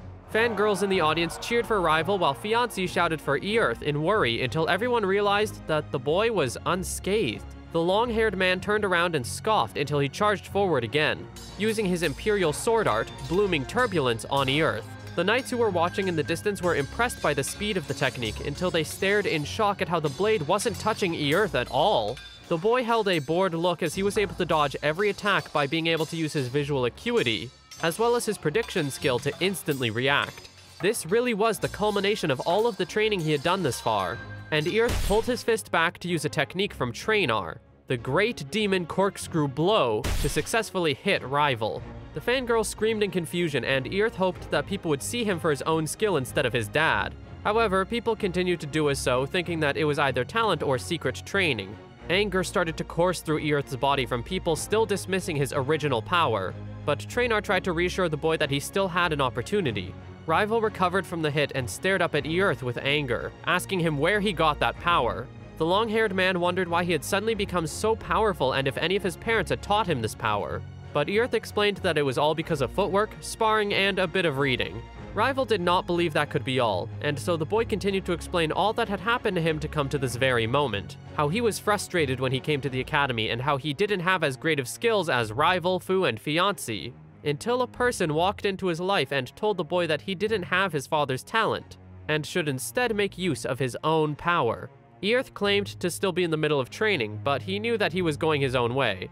Rival stared in shock before scoffing, feeling offended since the long-haired man looked up to him since childhood. Earth still held his stance, causing Rival to bring out his sword once more and prepare his next attack, with the full intention of going all out. Before Earth could even react, his body was being slashed at from every direction. Trainor stared at the scene, knowing that there were times when one's full potential could be reached, and this was one of those times. As it is now, Earth could not beat Rival.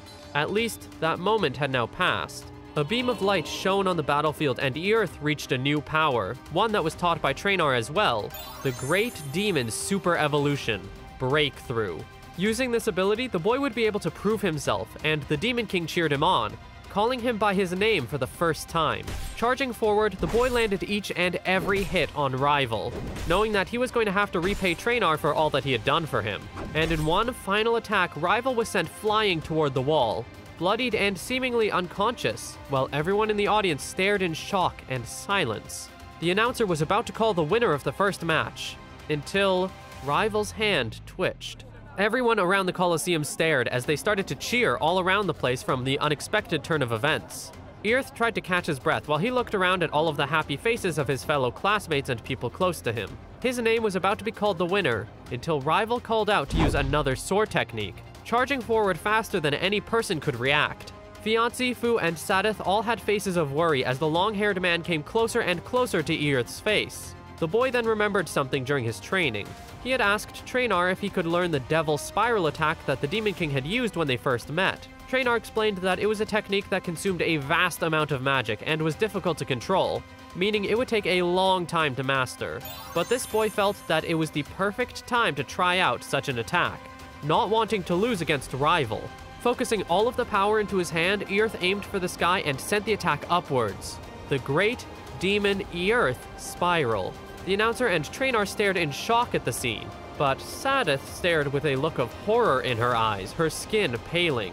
The boy held determination in his eyes, believing that this was his chance of winning, until he was struck in his face by someone who wasn't rival. Spinning through the air and falling onto the ground, Earth looked up to find both of his parents standing over him with disappointed and angry looks on their faces. People in the audience were confused as to why 2 of the 7 heroes were suddenly out on the battlefield.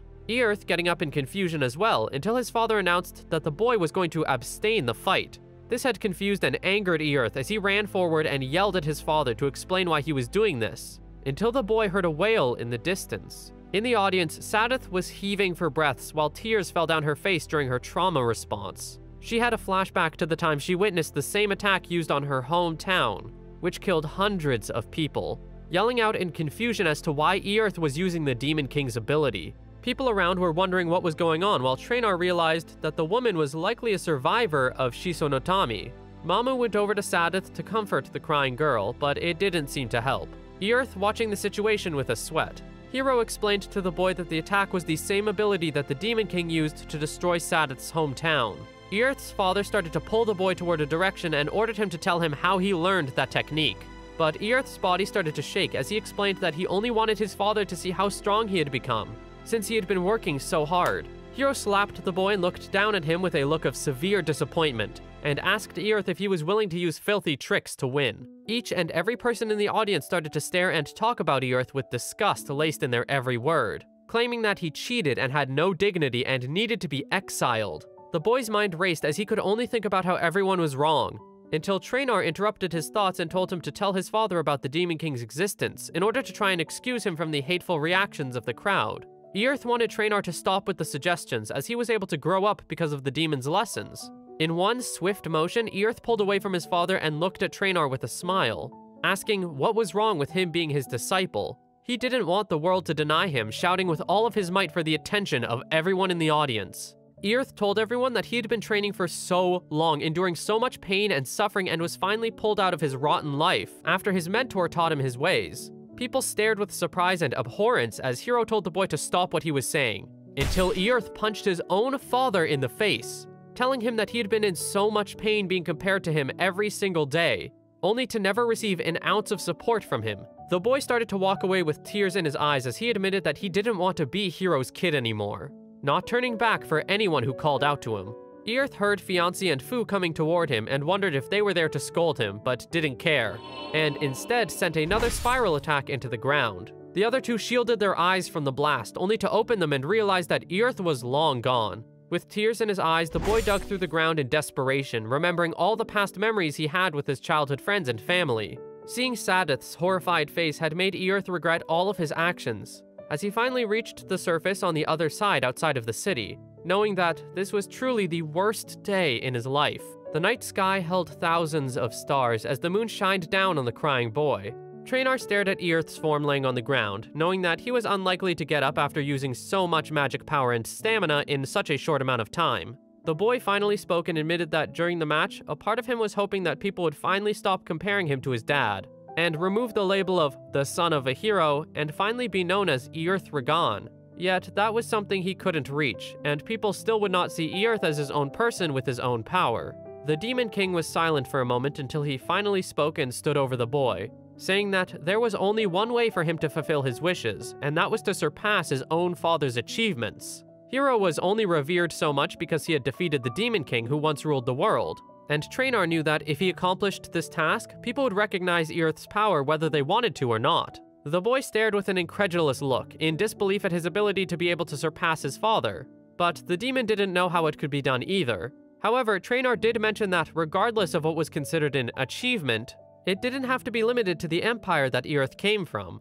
He told the boy to aim for the world and let them know his name. But Earth still had his doubts, until he remembered the days of his childhood, and the words that he told himself and his friends. With a struggle, Earth had found the energy in himself to get up from the ground and exclaim his newfound determination to be something greater. This time, he wasn't going to let anyone deny their existence.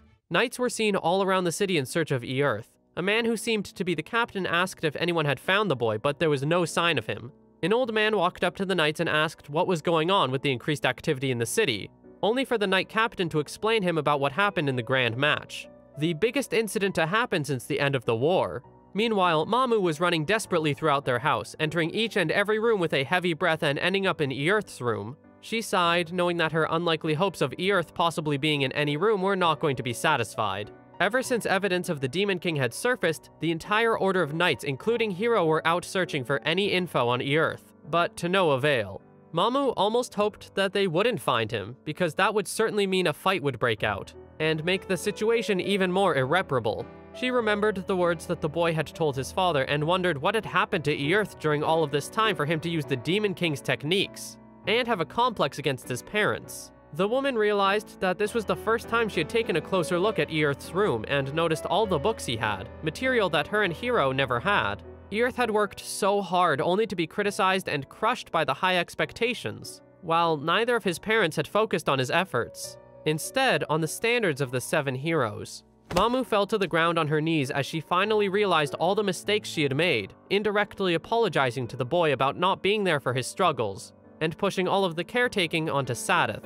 A voice was heard outside of the room, and Mamu ran out of the room to realize that Sadith was at the house instead of the hospital she was supposed to be at. Sadith explained that the nurses at the hospital were talking about Earth and his supposed crimes, making the girl want to leave that environment as soon as possible. The girl was pulled into a hug, being told by Mamu that everything was going to be okay. But Sadith continued to explain what she had heard while searching through the town. People around the city kept talking about how Earth cheated in the tournament, and suddenly became stronger because of the forbidden magic. But Sadith said that they were wrong because she had been standing by and watching the boy train himself to gain his own actual power.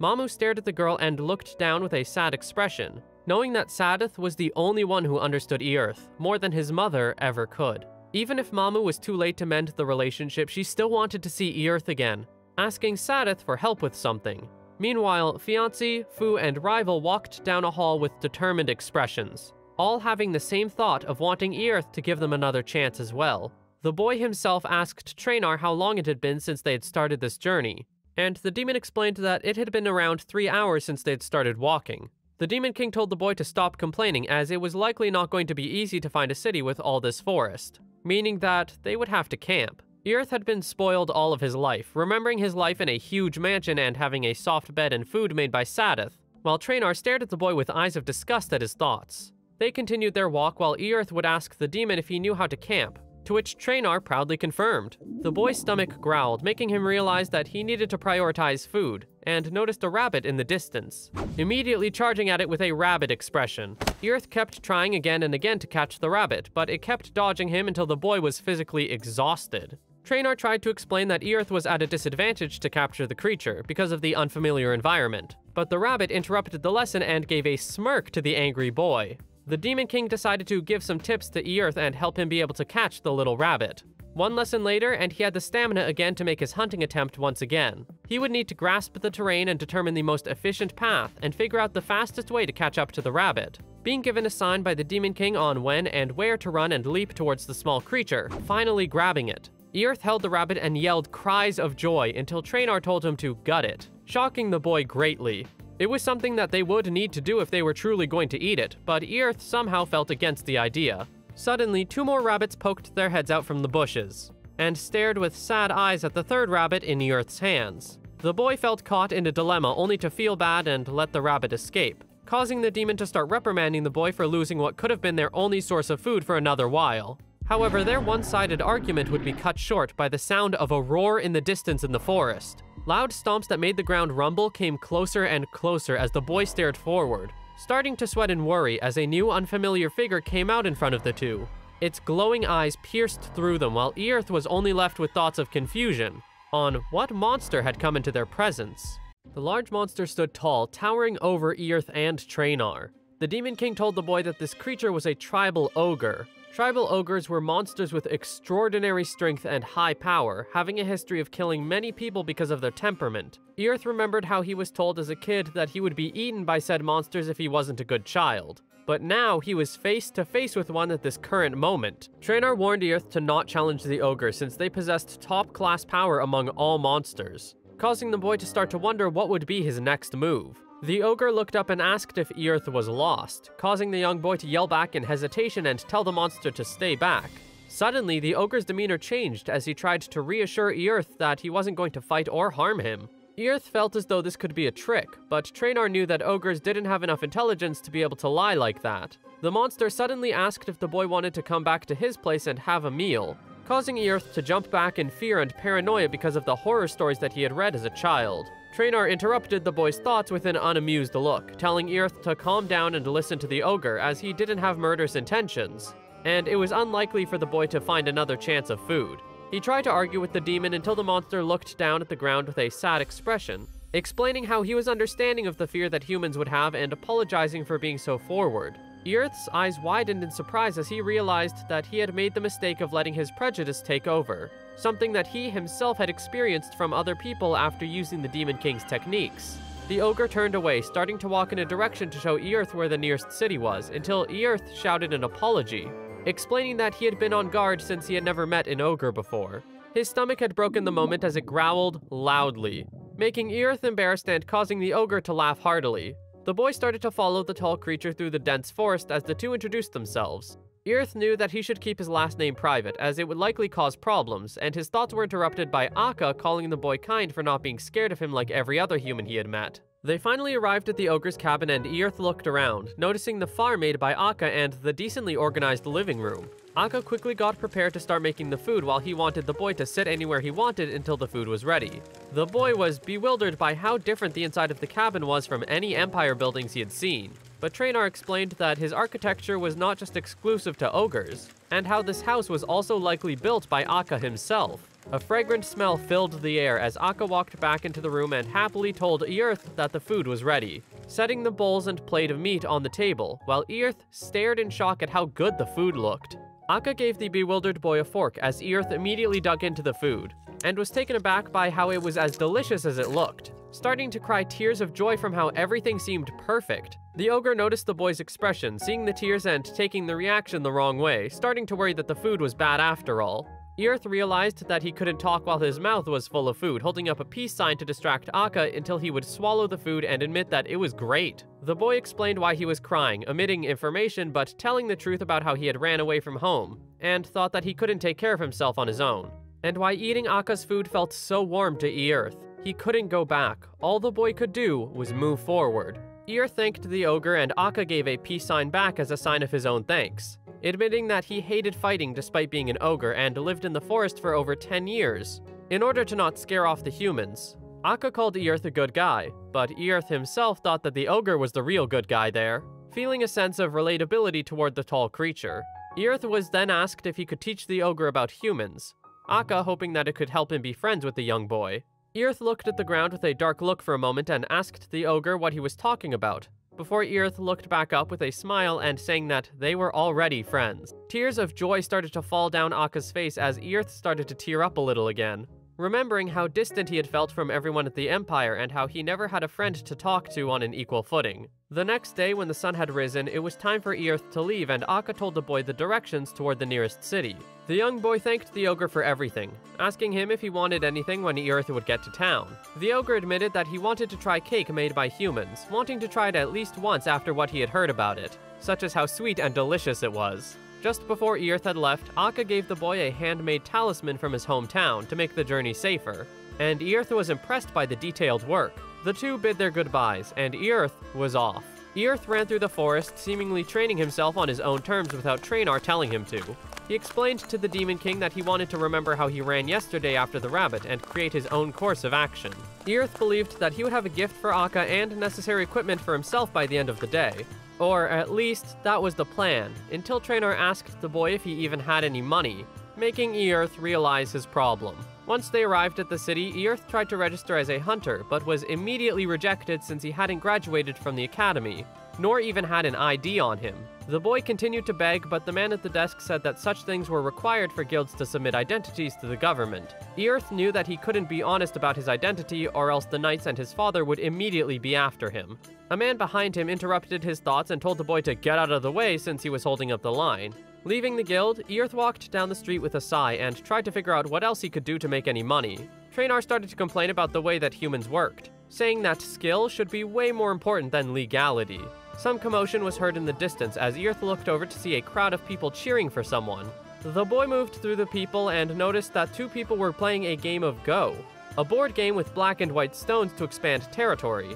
The demon proudly exclaimed that he had a history of over 1,000 years with the game, just in time for a man to ask the crowd of people if there were any other challengers against the Japan resident, Shinobu Stork. The announcer said that the winner of the challenge would receive 100,000 Suburas, but the girl tried to tell the man that it was fine as she had already earned enough money, suddenly saying that it was hard for her being so beautiful. The crowd, including Trainer and Earth, stared at Shinobu with dumbfounded looks at how terrible the girl's personality was. Shinobu told the announcer that it should be time to go, but Trainer ordered Earth to go play the game. Earth tried to explain that he didn't know anything about the game until the demon smirked and said that he didn't need to, implying that they were going to cheat. Suddenly, Earth shouted that he would be the next contestant, people in the crowd staring in shock and chatting about how brave the boy was. The girl said that Earth didn't look competent to her, and, well, she wasn't wrong.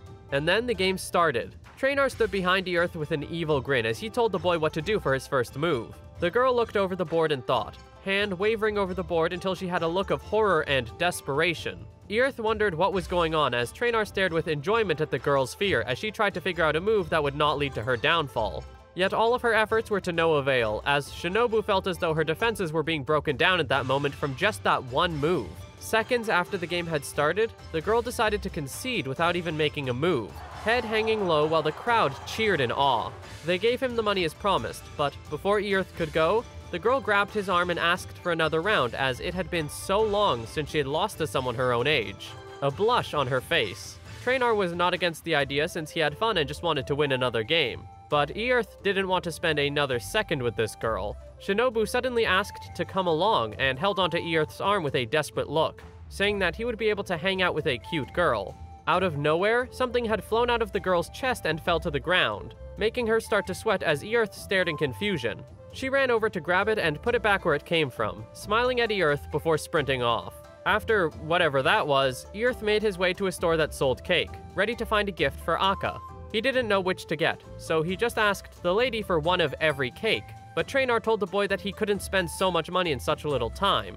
The woman at the counter explained that it would take some time to package everything, and Earth said that he would have cake and tea while he waited. While Earth sat down, he decided to make some chat with Trainer and asked if the demon ever got hungry while being dead. Trainer thought about it for a moment and admitted that he hadn't felt a craving or saw anything as tasty looking, surprising Earth by the response. The boy asked the woman for another set of tea and cake, confusing the demon until Earth explained that he wanted Trainer to see it as an offering. Trainer smiled and accepted it, but their moment was cut short as the other woman of the shop looked out the windows and saw smoke coming from the mountains. Earth ran outside only to hear others talk about how hunters from Japan were hunting a monster tribe up in the mountains, causing fear to run through the boy. The woman who was preparing all the cakes had walked into the room to tell Earth that they had been packaged, only to realize that the boy was long gone. Earth ran through the forest with desperate breaths, jumping over every log and rock while his mind raced with thoughts of fear. He wondered if the people in the city were talking about Aka, Trainer jumping in to mention that the ogre had said that every human was afraid when they would see him. He explained that if someone had seen Aka, it likely would have gotten word out about an ogre sighting, leading to hunters being dispatched because of the strong fear that humans have for ogres. Earth said that they needed to hurry or else the hunters would get to Aka and kill him. Trainer tried to tell the boy something about the ogre until a strange, hooded man appeared, and he asked Earth what he was doing out in the forest alone, mentioning a dangerous ogre. The Demon King told the boy that he was surrounded and shouldn't play the fool to the lies that the man in front of Earth was saying.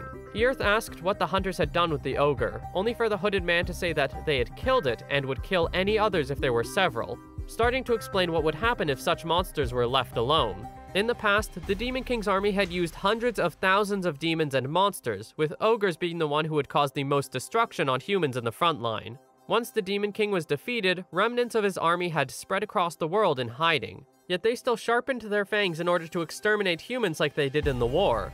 Earth heard all of that history and still saw it as wrong since Aka was nothing like that, shouting for the hunter to listen as he admitted that the ogre had helped him and was a really nice guy.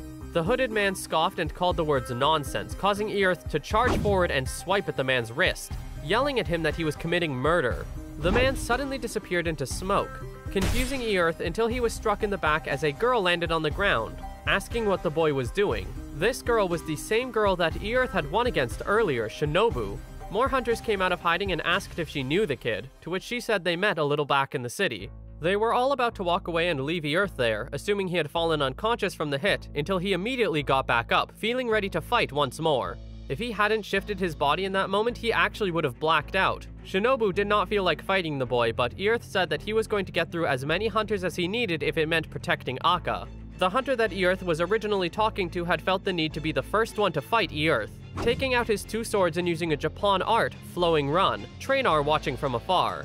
Trainar saw how precise in movements these hunters were with their footwork to make themselves untraceable, but that was nothing to Earth. The boy turned around without any worry at all and raised a fist into the air, sending the man flying. Shinobu and the man beside her both stared in shock at how easily their fellow hunter was taken out. Earth said that he could do it too and immediately did a similar technique, but not exactly the same one from Japan, instead being one taught by Trainar from the ladder training. This technique was one perfect for deception, the boy charging forward towards Shinobu until the man beside her had jumped in front of her to protect her. Earth dodged the attack and gave a feint attack, barely missing the old man. He wondered who this boy was and knew that Earth had much power in him despite being so young. Trainar watched, noticing how torn the mind was for the Japan hunters from how casual Earth was regarding the fight. The old man jumped around and put his hands together, chanting something with the intention of going all out for the battle. The action confusing Earth. The Demon King explained that there were 2 traditional powers in Japan, one being the samurai, and the others being the ninjas who supported from the shadows. The hunter used a ninja art, and a whirlwind appeared out of nowhere, but this didn't faze Earth whatsoever. A ring of light appeared beneath him as he used his own magic and caused a wall of earth to form in front of him to block the wind attack. Once it was countered, Earth immediately punched the wall, breaking it into pieces that flew towards the old man as a diversion. And it did just that, distracting the hunter before he could realize that the boy had closed the distance. Earth sent a fist toward his face, knocking him out in seconds. Trainar tried to brag that those hunters were nothing compared to him, making Earth sweat drop from how vain the demon was being instead of praising the boy. However, Trainar knew the power of the child, knowing that he was the one who trained him into the high-level knight that he was, and how no ordinary warrior could be able to stand against Earth. But there was something different about Shinobu that slightly worried the demon. She finally spoke, impressed that Earth was able to beat 2 of her best, admitting that her passion was overflowing as she looked up at Earth with a dark look on her face. The 2 of them could feel the energy coming from the girl, feeling the heavy bloodlust as she continued to speak. She pulled out a few knives and talked about how she had never lost in combat unless it was to her brother, a man who received recognition from Kojiro. Those words surprised Trainar. The demon stared in surprise from the girl's words as she now stood opposed from Earth, her face consumed by an evil grin as Shinobu demanded for Earth to come forward. Shinobi were people who did not appear at the front of war and usually supported the Japan. When Shinobu was a kid, she would always watch these great people with awe in her eyes, excited to try and become just like them. She would aim to be a shinobi, causing the girl to enter ninjutsu school, and people would stare in shock and praise Shinobu for her overwhelming ability when she produced impressive results almost immediately. However, her passion had dwindled faster than expected, when she realized the work and effort she would put into the education towards being a shinobi was useless, as the girl seemed to believe that she was smarter than the teacher himself. His explanations were inefficient in the girl's eyes, making her sigh when she reminded herself that she was almost done with such a low-level place such as the school. Shinobu was banking on the hope that things would be way better once she was out on the job. However, that was not the case. A family had invited 3 of the shinobi over, and told them that their mission was to safeguard the eldest son of the Ug family, Retsu. The little boy stood there next to the man, staring forward with a blank look on his face while he held books in his arms and picked his nose. The man next to the child explained that the 3 ninjas would have to play along and cosplay characters from a story that the boy liked to read in order to entertain him. Shinobu staring with disgust at a piece of clothing that she was asked to wear. The old man of the group decided to finally speak up and tell the man that they were shinobi and explain that warfare was their expertise. But the man interrupted, offended that they would even try to talk back. He scoffed and asked them if they were in any position to complain, since there would likely be no more war for the shinobi to seek, since the war with the Demon King was over and the world was at peace. All 3 of the group were high-level shinobi recognized by Kojiro, a man part of the 7 heroes, and were told by the man next to the child that they should feel honored to serve the family because of Kojiro. Other shinobi who only knew warfare were believed to be bad people for selling their body to earn scraps of money, causing Shinobu to start to wonder what she had been striving for all this time. Later in Shinobu's job, the girl started to feel less and less excited about things, feeling as though there was nothing that could bring her enjoyment. All she did nowadays was any job that was given to the three of them, or so she thought. That was until Shinobu met Earth. The two stood opposed from one another, the boy prepared to fight, when he noticed that Shinobu's mood had suddenly changed. He was hoping that the girl would be his easiest target, and the one not to worry about. But it seemed that Earth had underestimated her, staring at Shinobu, sweat dropping. Earth looked away for a moment to remind himself to not rush into battle, until he opened his eyes and saw a throwing knife flying towards his face at high speed. He easily dodged it, which made Shinobu compliment him for his reflexes, until the girl started to throw even more knives toward him. Earth started to run as much as he could, while Trainor told him that his physical arts was going to make for a bad opponent and would make him need to approach the girl carefully and bring it close quarters. Suddenly, a log fell from the trees and swung past the boy, just barely missing him. The Demon King said that it was a trap, as Earth realized that fighting against the two other shinobi was all a decoy, in order to make sure that Shinobu would win. Earth continued to run through the forest while more knives and logs kept coming at him all at once. But after a while, Shinobu decided to use an art to make the boy struggle with his eyesight, and in seconds a fog descended upon the forest, causing the girl to disappear. Trainor scoffed at the girl's actions and said that she was likely quite skilled for doing such an action. About to tell Earth where Shinobu likely was until multiple knives stabbed the boy in the back before he could react.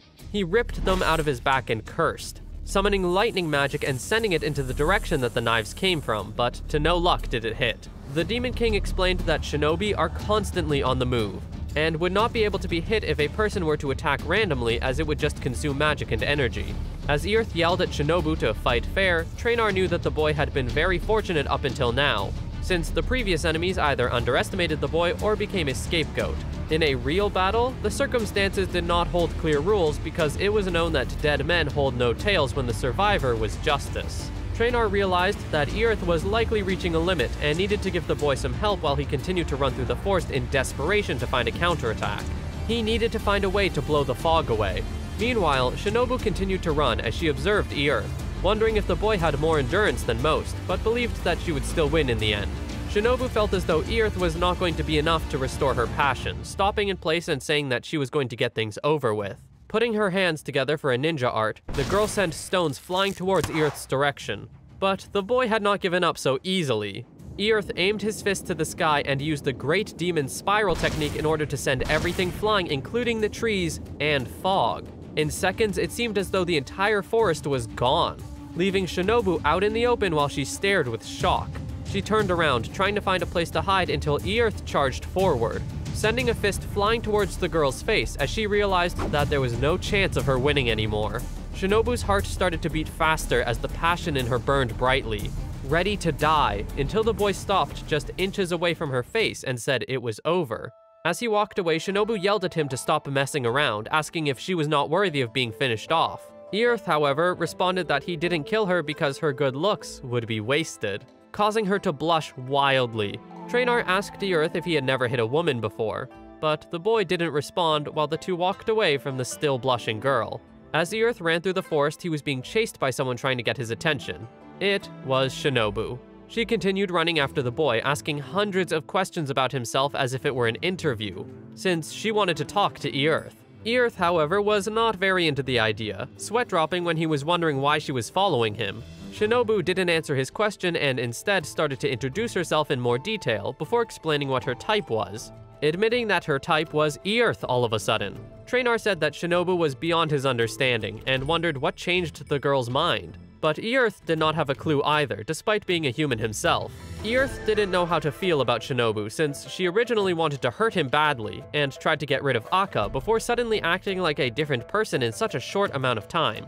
Her overwhelming energy almost scared Earth, since she seemed insane, and Earth was worried about what would happen if she caught up to him. Suddenly, Shinobu told Earth that the other reason why she was running after him was because she wanted to help him with her brother, who was only up ahead.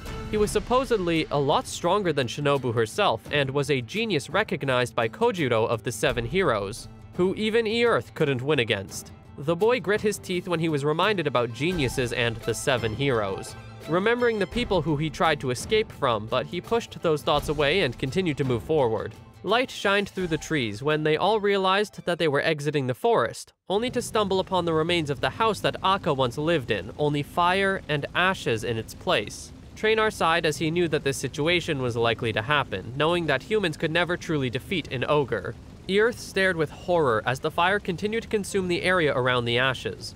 In disbelief that such a situation was happening in the first place to the person he called a friend, Akka stood over where his house once stood, a dark look on his face as he towered over a human man on the ground. Shinobu called out to her brother, while Earth himself called out in confusion to his friend, as Akka looked toward him and threw a piece of tree toward the boy, just barely missing him. Earth was shocked and confused that the ogre was suddenly being violent towards him, but Akka could only see Earth in that moment as just another human who wanted to hurt him.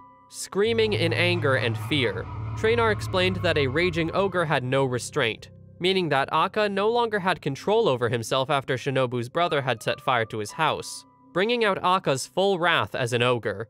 The Demon King told Earth that Akka would likely not be able to recognize him in his current state, but the boy kept trying to remember all the good memories he had with Akka, how the ogre was someone who wanted to just get along with humans. Yet now it had all come to this, and Akka could only feel pain and rage course through his body while he roared loudly into the air. As Earth heard this noise, his eyes widened as he felt fear throughout his body. The boy felt as though his stomach was full of lead, his body shaking and eyes unable to focus, while he still tried to remind himself that Akka was his friend, despite his body trembling from the unbearable fear. If he were to step forward at that moment, he would be killed in an instant, staring at Shinobu's brother who laid on the ground either dead or unconscious. Traynor could clearly see that Earth was consumed by fear from witnessing such rage toward the shinobi who had it coming. But the demon knew that such emotions would impede judgment, believing that Earth was not able to keep his cool in a situation like this. The Demon King wanted to know what Earth would do in this situation, knowing that the boy hated the discrimination against demon folk, and how he would react when faced with a horror that could not be reasoned with. Akka's claws were now even longer while he continued to roar, crying out in grief about what he did to deserve all that had happened to his house, as well as his farm, and he begged for it all back, just wanting to live in peace. Shinobu's brother picked up his head in confusion and scoffed, asking Akka how an ogre who only enjoyed destruction could say anything about peace when all they had done was kill those living in peace. The brother called Akka a vermin, and that was all it took. Traynor told Earth that words were now going to be useless, as the ogre could not hear a thing anymore. Akka roared even louder and stomped forward, bringing a fist toward Shinobu's brother in anger, while Shinobu called out to her brother in worry. Earth leaped forward, surprising Traynor as the boy ran forward and kicked Akka's arm away from the direction of hitting Shinobu's brother, while everyone stared in shock as Earth stood in front of the collapsed man. He finally spoke and told Shinobu's brother that he would never forgive him for what he did to Akka and ordered him and his sister to get out of his sight. The girl ran up to her brother in worry and picked him up to walk away from the scene and prevent him from getting any more hurt. The ogre stood tall, eyes glowing in rage as the boy looked up at him with a look of pity. Earth told Akka that humans were really mean sometimes and explained that they only hurt things when they are afraid, making decisions despite knowing the circumstances. He considered that he wasn't so different from other humans considering he felt the fear run through his body despite having experienced the same labels and hatred that Akka was facing. Shinobu called out to Earth and told him to not do anything stupid and to run away since a human was no match for an ogre. But the boy told Shinobu to shut up and stay out of the situation that she, her brother, and the other shinobi had caused. Earth spoke out directly to Akka and told him that he would not let the ogre be a murderer, asking his friend to take out all of his anger and sadness on him.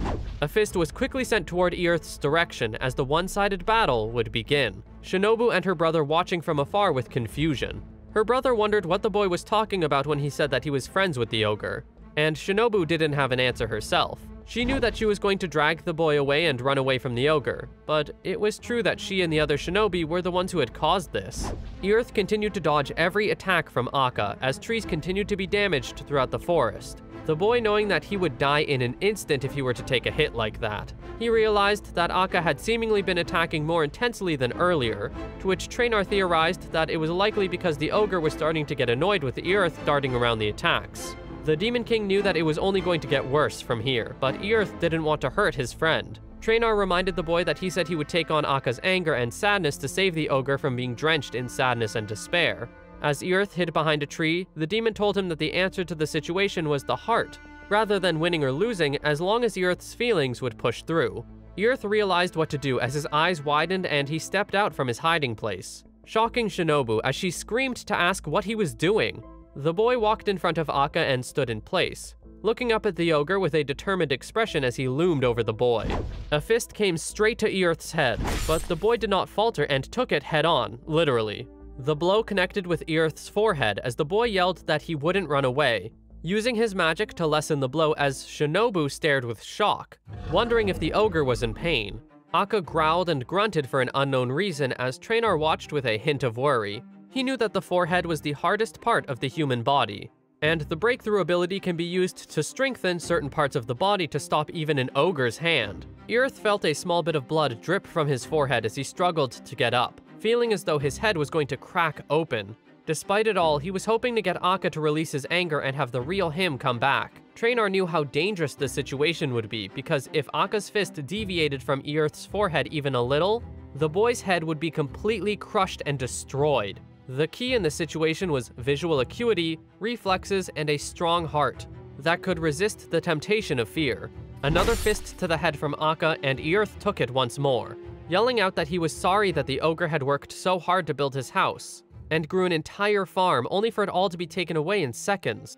He felt bad that after the ogre had fed and helped the boy, Earth did not come back with a thank you cake, making him realize that nothing had changed between ogres and humans. Another hit, but Earth stood tall, continuing to talk about how everyone gets angry when something of theirs gets broken, with the only difference with Akka being that he was just a little stronger than humans. Akka continued to rampage while Shinobu stared with worry, knowing that the ogre would stop if they left it alone and wondering why Earth was risking his life for this. Traynor scoffed and knew that Shinobu and her brother would not understand the fear that the boy had went through from the people close to him, and the pain of rejection, feelings that Earth understood the most. And because of all that, the boy felt the need to reach out a helping hand till the end, especially for the people who suffered like he did. The Demon King laughed at how petty humans were to cast away such a boy like Earth, Traynor's disciple. No one out there would be able to even try to understand the sight of someone risking their life for friends, the figure of a true hero. After a while of this, Akka felt tired. He was stuck in darkness, consumed by his feelings, while he felt as though his body was beginning to get weak. The ogre did not want to keep going and move his legs, but he couldn't help but remember his grief about his house, furniture, and fields being destroyed after taking so long to build, leaving nowhere for him to go anymore. Akka was too tired to even think anymore, but his thoughts were cut off by a faint voice calling out to him. Opening his eyes, he was finally brought back to reality by Earth tapping at his forehead. The large ogre stared down at the boy in confusion by his presence, before Earth collapsed on the ground in exhaustion, confusing and worrying Akka even more. He realized how beat up Earth was and looked horrified, realizing that he was the one who did this. But the ogre was interrupted by the boy holding up a peace sign. Earth gave a bright smile toward Akka and said that if it was for a friend, he would do anything.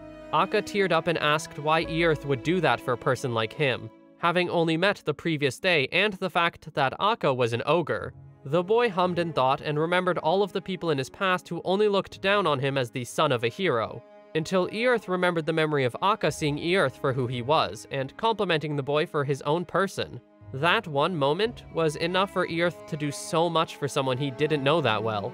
Yet he still considered a friend because Akka told Earth the words that he wanted to hear the most. Ogres were always known to have overwhelming destructive power to be able to kill every and all humans in their way. Except Akka was different from them. While he did have the same power, Akka despised it. After a while, after Earth had went unconscious, it became nighttime and something was cooking. The boy woke up groggily and wondered what was going on, sitting up to see that Akka was seemingly making some food in a handmade fire. The ogre noticed that the boy was finally awake, and greeted Earth only for Earth to immediately fall over onto his back once more in exhaustion. Traynor watched with a sigh as Akka yelled for his friend in worry while the boy groaned about how his head felt as though it was going to explode. He stared into the sky for a moment, trying to recover from the sudden headache before slowly getting up again to ask Akka if he was the one who bandaged him. But the ogre admitted that it was not him. Rather, the girl that was with Earth from before, Shinobu. The boy was surprised to hear such an answer, as Akka explained that he also didn't trust the people who had just burned his house down. However, just after Earth had collapsed on the ground after bringing the ogre back to reality, Shinobu had bowed aggressively with her face to the ground, begging to be able to help Earth and patch him up, because he was important to her even if it wasn't her place to ask from the ogre. Akka felt as though he couldn't say no to such a desperate request, as Earth's sweat dropped only to look away in disgust when the ogre asked if she was a friend of Earth's. The ogre continued his story and said that the other two were a big help when they patched up Earth, and even took care of Akka's injuries, all while the boy was passed out. A notebook of sorts was handed over to Earth, given by Shinobu. Earth held the notebook in his hands and stared at it with confusion, wondering if it was an exchange diary, only to open it and realize that it was a message from the girl. Shinobu started the note by saying that she had already heard what Earth's name was, but was not going to mention it in the note, as she wanted to hear an introduction directly from the boy himself. It continued as Shinobu explained that she had witnessed the fight between him and the ogre, how Earth was able to save his friend by never giving in to the fight against the Japan. She had seen many upon many warriors in her time, but none of them were anything like Earth. None of them were like the boy who went up against the rampaging ogre and faced it without fear, even if Earth himself knew that he was extremely scared at first, and never gave up on Akka, no matter how much danger that Earth was in. As Shinobu watched the fight, she was supposedly reminded that even between humans and demons, friendship could blossom. When the battle ended and Akka shed tears over the human boy, so did Shinobu, while she cried as well, staring at the sight of kindness between Akka and Earth. All Shinobu could think of after that point was how shallow she was and regretted robbing Akka of his home, all at the thought of a reward. Earth stared at the paper with surprise as he realized that it was an apology from the girl, but his thoughts were interrupted by Akka telling Earth that the leader of the shinobi group had said the same apology to him, explaining that the brother was wanting to put in the effort and time and money to fix the house and fields that were destroyed, and do whatever they could to make it up to the ogre. However, Akka had refused the offer, and instead said he didn't want anything to do with the shinobi anymore, telling them to leave the mountain and to never come back. Earth looked at his friend with pity, but understood the situation about how no amount of apology would be able to heal Akka's emotional scars, as what he experienced would not be easy to move on from. The boy flipped through another page of the notebook, only to stare in annoyance and confusion at the contents of the next part of the message. Shinobu mentioned that Earth had stolen her heart and that she wanted to be with the boy as soon as possible. So, in order to learn more about Earth, she had prepared an entire list of questions for Earth to write about himself. There were way too many questions, and were all seemingly very personal and, honestly, quite weird, which caused Earth to stare in horror and slam the notebook shut, while Trainer also stared with a look of disgust. Akka asked what was wrong, but Earth looked away in embarrassment and refused to clarify. The fire continued to crackle as the two ate their food silently until Earth decided to finally speak. The boy asked the ogre what he was going to do now that his house and farm were gone. Akka looked down at the ground sadly with a darkness over his face, as he explained that he thought he should leave the forest after such a horrible situation, since the people from the town at the foot of the mountain likely know that an ogre was in the forest now, and would one day make more and more hunters come to the forest to try and kill him. Earth sighed when he realized that the situation had come to this, staying silent for a moment before he suddenly asked Akka if he could come along with the boy in his journey. The ogre was touched by the words, as Earth explained that he wanted to see the world and one day become a man who would accomplish amazing things, thinking that it would be even more exciting if Akka came along. Akka's body shook as he asked the boy if he was sure, and if Akka could follow Earth around, to which Earth confirmed, causing the ogre to cry tears of joy at the kindness being shown to him.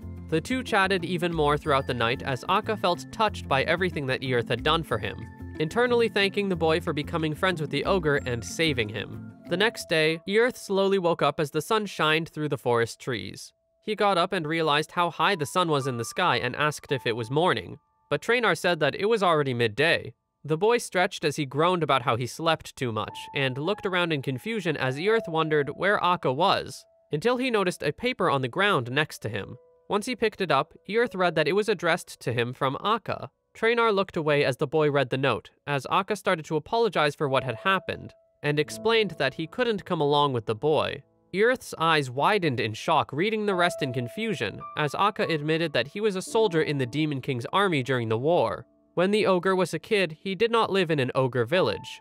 Instead, he lived in a dark elf village with his family until the war broke out and caused everyone to get drafted. Joining the army was Akka's first time seeing ogres outside of his own family, and realized how most of them were all bloodthirsty and eager to slaughter humans on the battlefield in every possible way, scaring Akka from the horrifying actions. The humans who were trying to kill him had a grudge against ogres, and Akka didn't have an excuse for that, especially since his own parents had killed their own fair share of humans. Akka felt as though he was unable to stop the army nor save any of the suffering humans, which had caused the ogre to flee from the army and become a traitor against the demon world, which was why he had lived above ground in hiding. He had been on his own for 10 years and thought that it would be simple to make friends with humans to satiate his loneliness. But most humans would never forgive ogres for trying to kill them in the past, making Akka happy when Earth finally became friends with the ogre. Akka tried to explain that he couldn't go with Earth in order to not be a burden on him, his only friend. After Earth had finished the letter, he started sprinting into the forest, Traynor closely following along as the demon asked the boy where he was going. Earth said that he was going after Akka, but the Demon King said that it was useless, since the ogre had left before sunrise, and Earth would not be able to catch up to him. The boy looked at Traynor with a glare, asking why he didn't tell him, but the demon explained that he respected Akka's decision, and had no right to oppose it as the source of the war. Earth fell to his knees and wondered why Akka felt that way, as Traynor explained that it was likely that the ogre couldn't help but torment himself with the thought of being a nuisance. Despite this, Earth continued to run through the forest with desperation, reaching a cliff and screaming out Akka's name in hopes that it would reach him.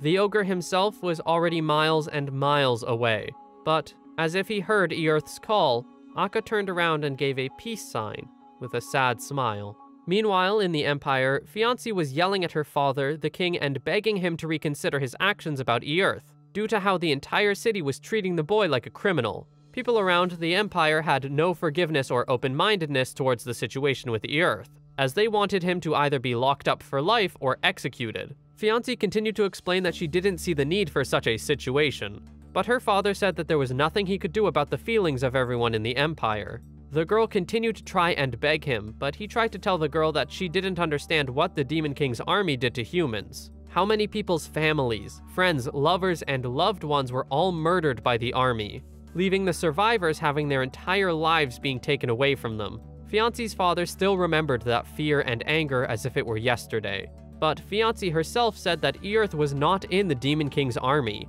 and wasn't the one who killed all those people. Her father sighed and told her that Earth had supposedly went crazy from the lingering effects of the times of the past, saying that people's emotions were not easy to decipher. These words had made the girl realize that she was never going to get her words through to her father as he continued on, mentioning that everyone in the Empire were not going to be satisfied with a punishment that was not well given. Despite his decisions, he still seemed to look saddened about the situation, because to him, Earth was a child of his dear comrades, which was why he covered for the boy during the grand tournament. Yet, with the current situation, Fiancée's father could no longer cover for the boy, and told his daughter to give up on Earth, causing Fiancée's body to tremble in disbelief.